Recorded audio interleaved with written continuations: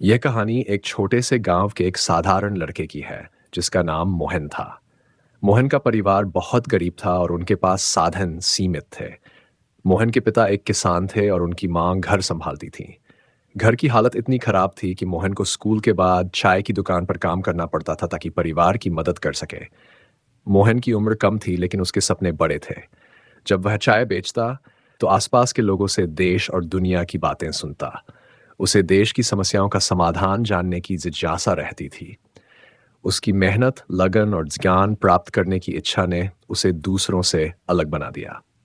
मोहन ने अपनी पढ़ाई पूरी की और राजनीति में आने का फैसला किया। शुरुआत में लोगों ने उसका मजाक उड़ाया क्योंकि वह एक चाय वाला था, लेकिन उसकी सच्चाई, ईमानदारी और लोगों के प्रति उसकी सेवा भावना ने धीरे धीरे लोगों का दिल जीत लिया। वह दिन भी आया जब मोहन चुनाव लड़कर प्रधानमंत्री बन गया।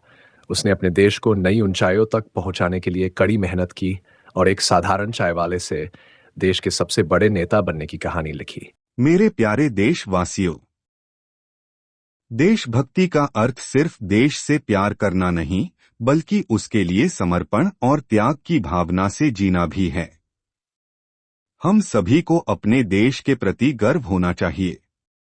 हमारे देश के सम्मान और गौरव की रक्षा करने के लिए हमें एकजुट होकर काम करना है। हमारी संस्कृति, हमारी परंपरा और हमारे संस्कार हमें एक मजबूत राष्ट्र बनाते हैं। देश की तरक्की तभी संभव है जब हर नागरिक अपनी जिम्मेदारी समझे और उसे निभाए। हमें संकल्प लेना होगा कि हम अपने देश को और भी महान बनाएंगे ताकि आने वाली पीढ़ियां हम पर गर्व कर सकें। यही सच्ची देशभक्ति है। आइए हम सब मिलकर इस संकल्प को लें कि हम अपने देश के लिए हर संभव प्रयास करेंगे। हमारे सपने तभी पूरे होंगे जब हमारे देश का सपना पूरा होगा। और ये सपना पूरा होगा क्योंकि हम सब मिलकर इसे साकार करेंगे। जय हिंद। यह कहानी हमें यह सिखाती है कि मेहनत, संकल्प और दृढ़ता से कोई भी इंसान अपने सपनों को साकार कर सकता है, चाहे उसकी पृष्ठभूमि कैसी भी हो।